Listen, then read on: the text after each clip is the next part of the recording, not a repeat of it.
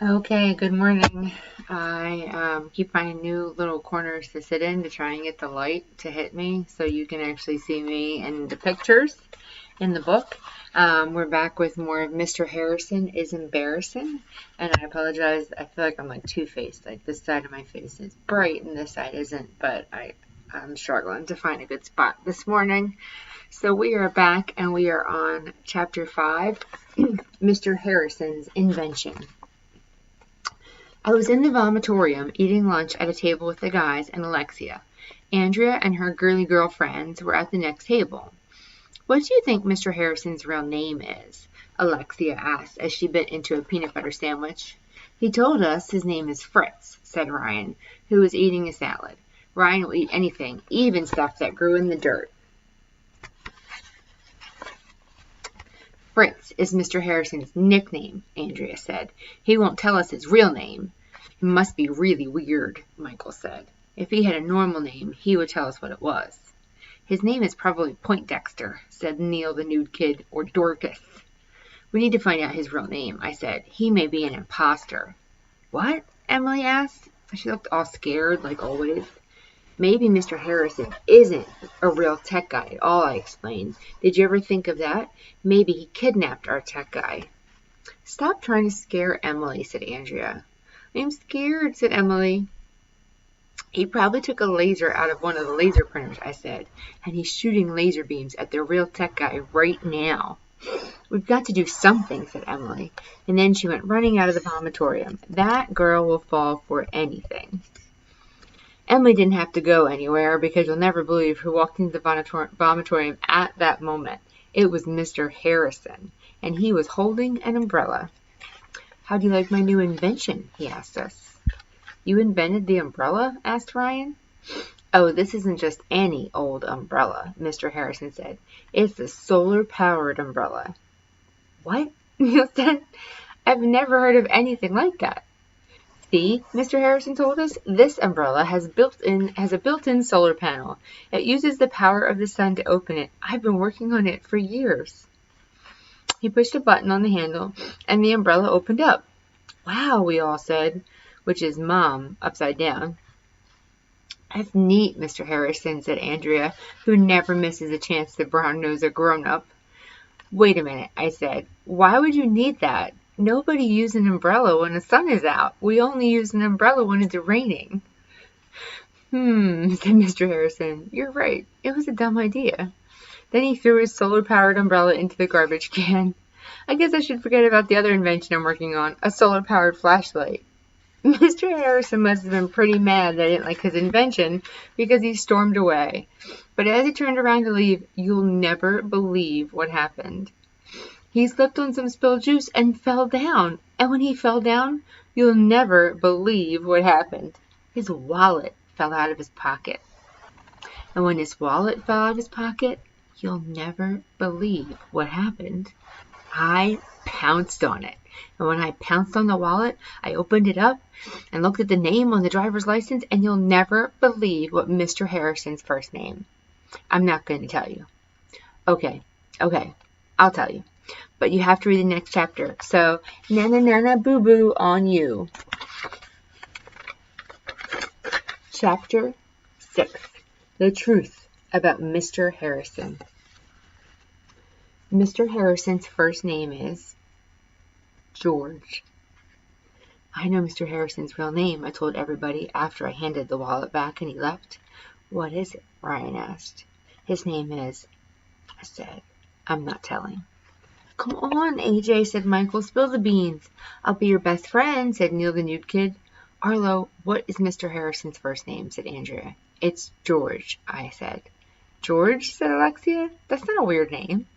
I wonder why he wouldn't tell us his name was George. George Harrison, said Andrea. Wait a minute. George Harrison was somebody famous. He was one of the Beatles. One of the what? Asked Neil the nude kid. That old rock group, dumbhead, said Michael. Oh yeah, my parents told me about the Beatles, and I played this video game called Rock Band. Where you play Beatles songs. It's cool. Everybody knows who the Beatles were. Mr. Harrison was one of the Beatles? Asked Ryan. Wait a minute, Andrea said. George Harrison of the Beatles died a long time ago. He must have faked his death, I told her. Famous people do that all the time, you know. It doesn't make any sense, AJ, said Michael. Why would a big rock star fake his death and get a job as a tech guy in a school? He probably hated being famous, I told them. Celebrities get sick of signing autographs and having people take pictures of them all the time.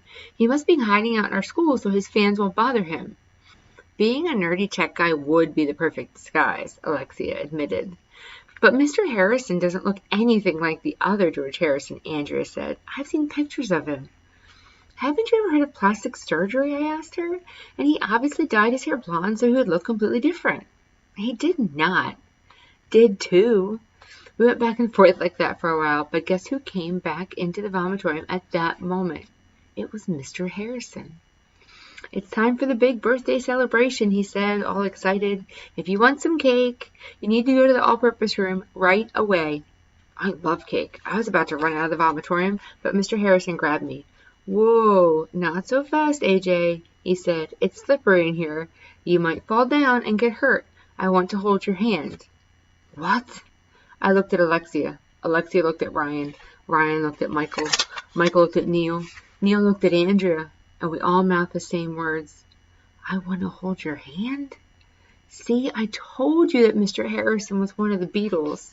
In case you didn't know, I Want to Hold Your Hand is a Beatles song.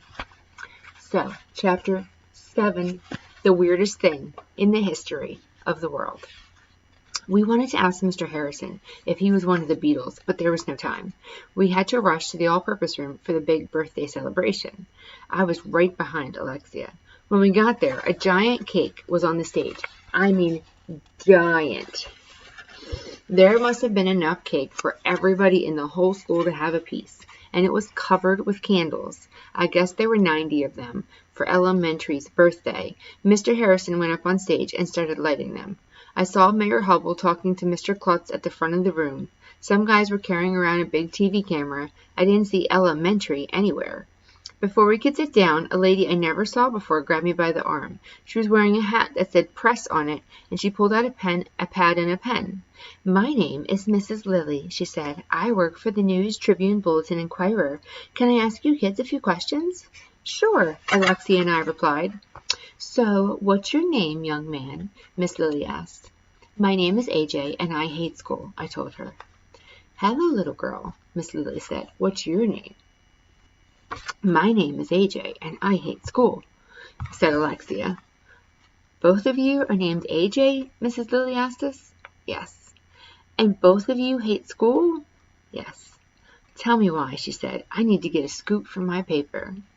Why do you need a scoop? I asked. Did your dog make a poop? No, I mean, I'm here to get the real story about elementary school, Mrs. Lilly said. I want the story behind the story. Well, the teachers here are all crazy, Alexia told her. Is that so? Mrs. Lilly said as she jotted down her notes. Tell me more. Our teacher, Mr. Granite, is from another planet, I told her. He built a spaceship powered by potatoes so he could go home, but a cow bumped into it and it crashed into the playground. Interesting, Miss Lilly said, writing quickly on her pad. Hey, can we press on your hat? Alexia asked Miss Lilly. Why do you want to press on my hat? She asked. Because it says press on it, I told her. Duh. Mrs. Lilly is silly. She wanted to ask us more questions, but Mr. Klutz made up a peace sign, so everybody had to shut up. Take a seat, AJ, he said. I can't, I said. All the seats are screwed to the floor. He means sit down, Alexia told me. I knew that. Some people might say elementary school is old, Mr. Klutz announced into the microphone. Some people say it's falling apart. Not me. Our school has character, blah, blah, blah.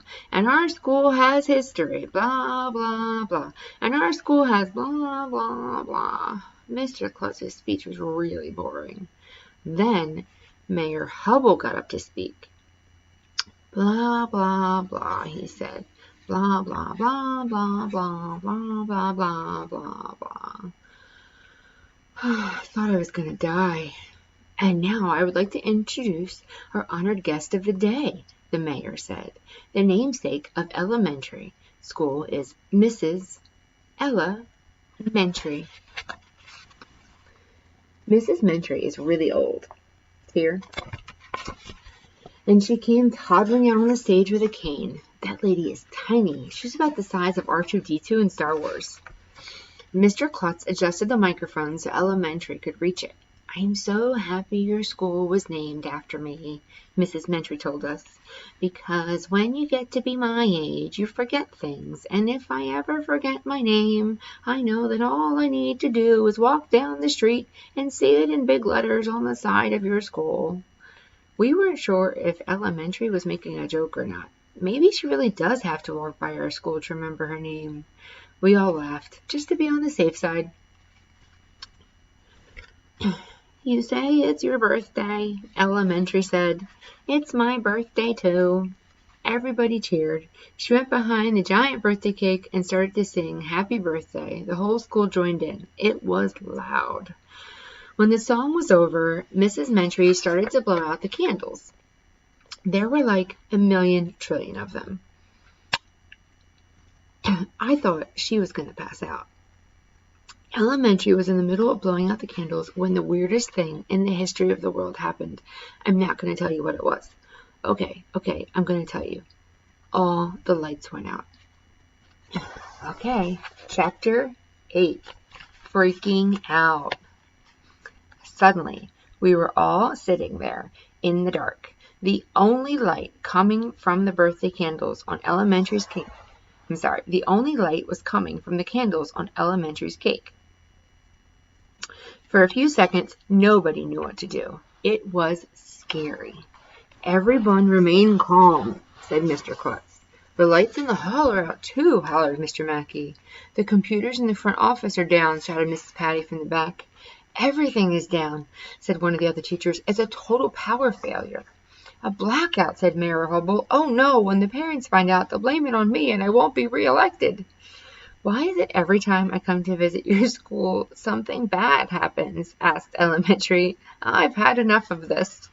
I'm sure the lights will come back on any second, Mrs. Mentry, said Mr. Klutz. Let's not panic, said Mrs. Jaffe. I'm afraid of the dark, whined one of the first graders. I want my mommy, yelled some other kid. Sheesh, get a grip. It was like the first graders had never been in the dark before. Those kids should take a chill pill. The only problem was that as soon as one of those little first grade munchkins starts in crying, all the rest of the first graders starts in crying too. And once all the first graders start in crying, the second graders start yelling and screaming. And once all the second graders started yelling and screaming, the third graders started freaking out. The world is coming to an end, shouted Michael. Run for your life, shouted Ryan. We're all going to die, I shouted, just for the fun of it. Mr. Klutz was probably making the shut up peace sign with his fingers, but nobody could see it because it was dark. Mrs. Mentry, are you okay? Mr. Klutz shouted. No reply. Mrs. Mentry? Silence. You could hear a pin drop in there. That is, if there were any pins around, which there weren't. Mrs. Mentry, where are you? Asked Mayor Hubble. Nothing. Mrs. Mentry? Yelled Mr. Klutz. Where's Mrs. Mentry? Yelled Mrs. Jaffe. Where's Mrs. Mentry? Yelled Mr. Granite. Where's Mrs. Mentry? Everybody was yelling. Mrs. Mentry was gone. Come back.